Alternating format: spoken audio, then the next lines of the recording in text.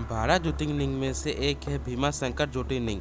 यहाँ पर सावन के महीने में भारी संख्या में भोलेनाथ के भक्तों का जमावड़ा लगता है। इस मंदिर के समीप से एक नदी बहती है जिसका भीमा नदी नाम दिया गया है। आगे जाकर यही नदी कृष्णा नदी में मिल जाती है। तो चलिए जानते हैं भीमाशंकर ज्योतिर्लिंग से जुड़े कुछ रोचक तथ्य के बारे में। तो आप लोगों का सभी का स्वागत है Hindi story telling facts channel में।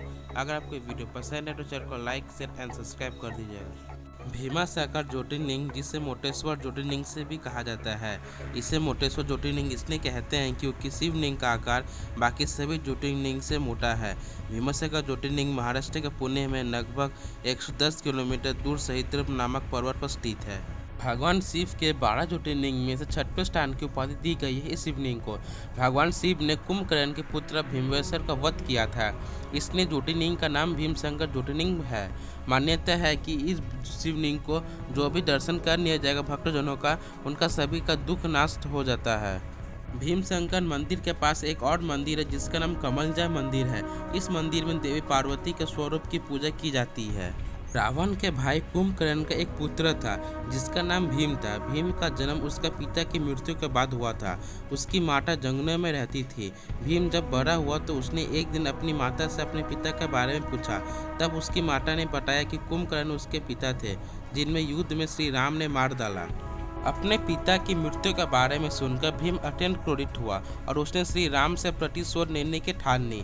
बाद में उसे पता चला कि राम जी ही श्री हरि विष्णु के ही अवतार है। इसके लिए उसके मन में ही श्री विष्णु के लिए द्वेष आ गए। उसने ब्रह्मा जी की तपस्या की और उनसे अभय वरदान प्राप्त किया। शक्ति आते ही वो निर्कुश हो गया। उनसे सारी पृथ्वी पर हाहाकार मचा दिया और अंत में स्वर्ग पर भी आक्रमण कर उस पर अपना अधिकार कर लिया। सभी देवता द्वितीय होकर शिव जी की शरण में गए और उनसे उस राक्षस का वध करने की प्रार्थना की। शिव जी ने देवताओं को निश्चिंत रहने के लिए कहा और उन्होंने बताया कि उसकी मृत्यु की सही समय आने पर वो उसे मार देंगे। इधर भीम ने पृथ्वी पर किसी भी देवता की पूजा पर रोक लगा दी थी। जो उसकी आज्ञा नहीं मानता था वो उसको मार डालता था। एक दिन उसने एक राजा के राज्य पर आक्रमण किया। वो राजा शिव जी के अन्य भक्त थे। भीम ने उसे परास्त कर कारागार में डालवा दिया और शिव की भक्ति छोड़कर उसकी पूजा करने के लिए कहा। किंतु राजा को अपने पर पूरा विश्वास था। उन्होंने शिव जी की पूजा नहीं छोड़ा।